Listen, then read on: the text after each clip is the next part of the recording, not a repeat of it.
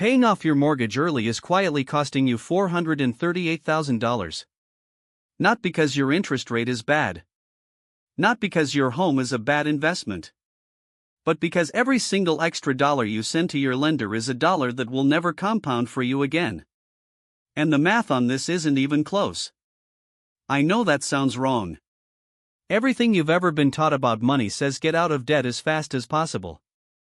Your parents drilled it into you. Financial gurus built entire empires around the idea that a paid-off house is the foundation of wealth. And look, I get the emotional appeal. There is something deeply satisfying about owning your home free and clear. But satisfaction and strategy are two very different things. And when you let emotion drive a six-figure financial decision, you end up 6 figures poorer. So let's actually run the numbers, because this is where the conventional wisdom completely falls apart. Say you have a 30-year mortgage at 6.8%, which is roughly today's average rate. Your monthly payment on a $350,000 loan is about $2,270. Now imagine you have an extra $500 a month. You're disciplined. You're doing well. And you decide to throw that extra $500 at your mortgage every single month. Here's what happens. You pay off your mortgage in about 20 years instead of 30. You save roughly $162,000 in interest over the life of the loan. Sounds incredible, right? Your financial guru would throw a party. But here's what they never tell you. That $162,000 in saved interest? It cost you $438,000 in lost investment gains.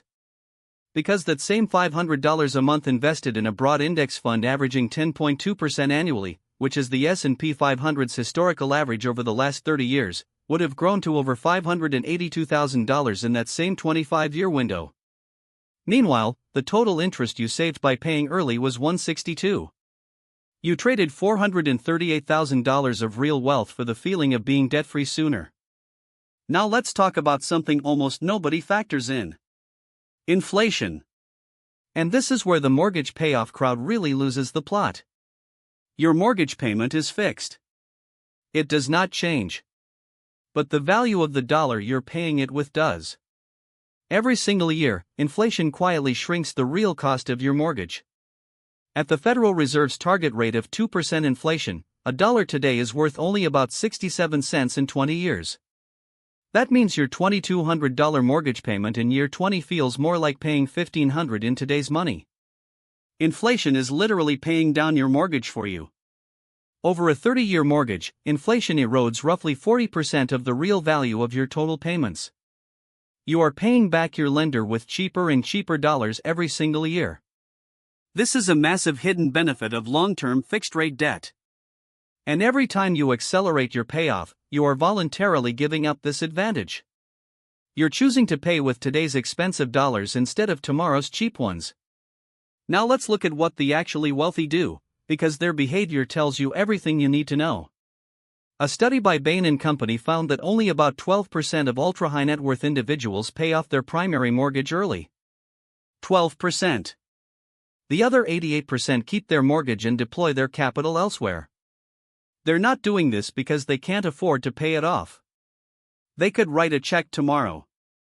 They keep the debt because they understand something fundamental. A mortgage is the cheapest money you will ever borrow. It's tax-advantaged. It's fixed rate. It's 30-year money at rates that barely beat inflation after the tax deduction. Let's break that down. If your mortgage rate is 6.8% and you're in the 24% federal tax bracket, your after-tax cost of that debt, assuming you itemize, drops to about 5.2%. Factor in long-run inflation at 3%. Which is closer to the recent average, and your real after-tax cost is roughly 2.2%.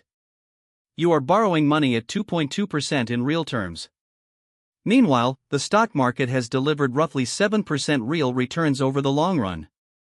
That is a 5% annual spread on every dollar you invest instead of prepay. Over decades, that spread compounds into hundreds of thousands of dollars. This is the principle the wealthy operate on. Borrow cheap. Invest dear. Keep the spread. Repeat. So what should you actually do?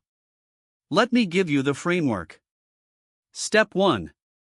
Make your minimum mortgage payment. Never miss it. Never be late. Your credit and your home depend on it. Step 2. Max out your tax-advantaged accounts first.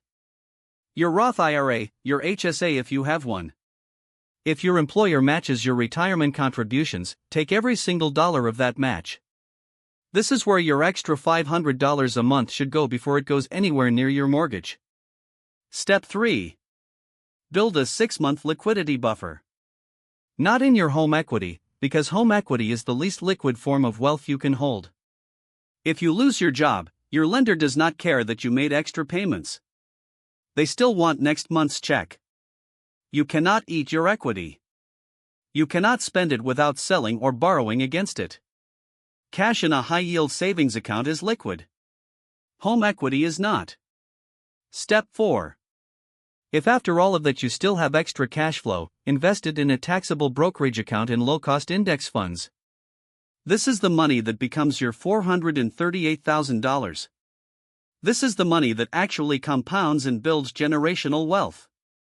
Now I want to be clear about something. I'm not saying mortgages are free money. I'm not saying debt doesn't carry risk. If you have an adjustable rate mortgage, that changes the calculus. If you're 5 years from retirement and want to reduce your fixed expenses, paying down your mortgage can make sense as a lifestyle decision. And if carrying debt keeps you up at night to the point where you can't function, then yes, the psychological value of paying it off might be worth the mathematical cost to you.